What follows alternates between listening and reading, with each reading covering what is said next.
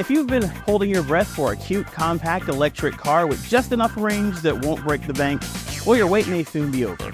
Meet the all-new, at least for America, Fiat 500e electric hatchback hitting the road later this year. Now, the 500e returns to America after a brief hiatus in full electric form.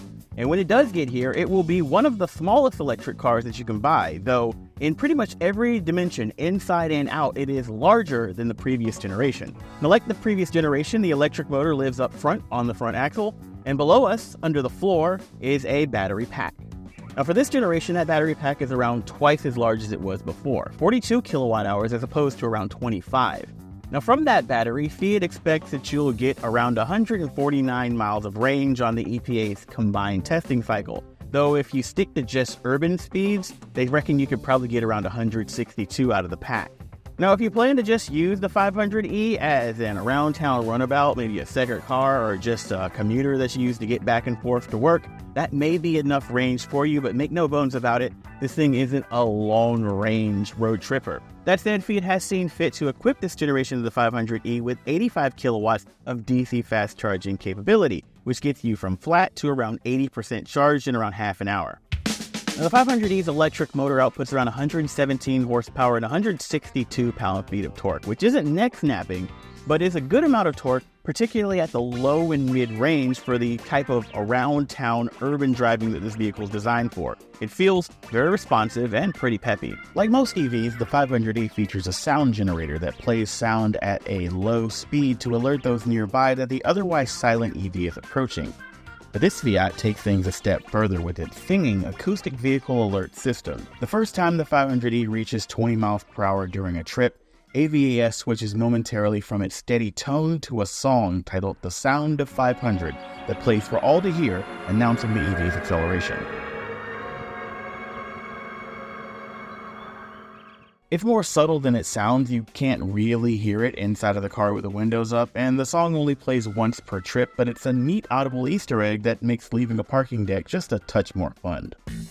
Now, Fiat says that they stuck the electric motor on the front axle in order to retain the proportions of the previous generations of the 500e, but this configuration also means that they save quite a bit of space out back, which allows you to offer more trunk space, which in a vehicle this small, every little bit counts. We're looking at 7.6 cubes behind the rear seats and 101.2 cubic feet of total interior volume. The 500e's seating position has also been redesigned, so I now sit lower than before, freeing up loads of headroom for such a small footprint. Now in front of me, we've got a digital dashboard with the latest generation of the Uconnect 5 infotainment suite. Android Auto and Apple CarPlay are built in and wireless, which frankly is pretty much all that you need, but if you want to use onboard navigation, that also comes standard for all 500es. There's also Amazon Alexa integration. Front and center in front of the driver is a 7-inch digital instrument cluster that allows you to see things like your speed, your efficiency, turn-by-turn directions, and more. The first examples of the 500e to make their way to the US will be the 500e Red Special Edition that I'm in right now, and it'll be joined by special design inspired by beauty and design inspired by music editions coming later on. And Fiat plans to offer various special editions of the 500e, releasing new colors and partnerships as drops, sort of like you get with certain consumer goods in order to generate hype around the vehicle. Now, Fiat plans to continuously release new editions of the 500e over its lifespan with new colors and new partnerships, maybe like the Gucci Special Edition that we saw in European markets, over the 500e's lifetime. And that's going to help generate buzz and help generate a little bit of scarcity and hype around this thing, treating it more like a fashion accessory than a vehicle that you use to get from point A to point B, though it has to do both well.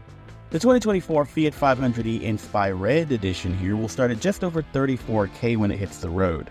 The Inspired by Music and Beauty editions will cost $37,595, but they'll also come with upgraded driver aid tech. So it's stylish, yeah, it's small, and it has just enough range. Fine, I'm loving it, but for the money, it's also tough to recommend. If the 500e were significantly less expensive than its competition, this fun little runabout might find itself in a sweet spot. But that 149-mile range will keep many drivers shopping at this $35,000 price point from looking twice at this little cutie pie. Which is a bit of a shame because, just look at that face. So there you go, a first look at the all-new Fiat 500e before it hits the road in the States. Be sure to head over to CNET.com where we've got a full first look, more detailed driving impressions, and a closer look at the tech. I'll meet you there.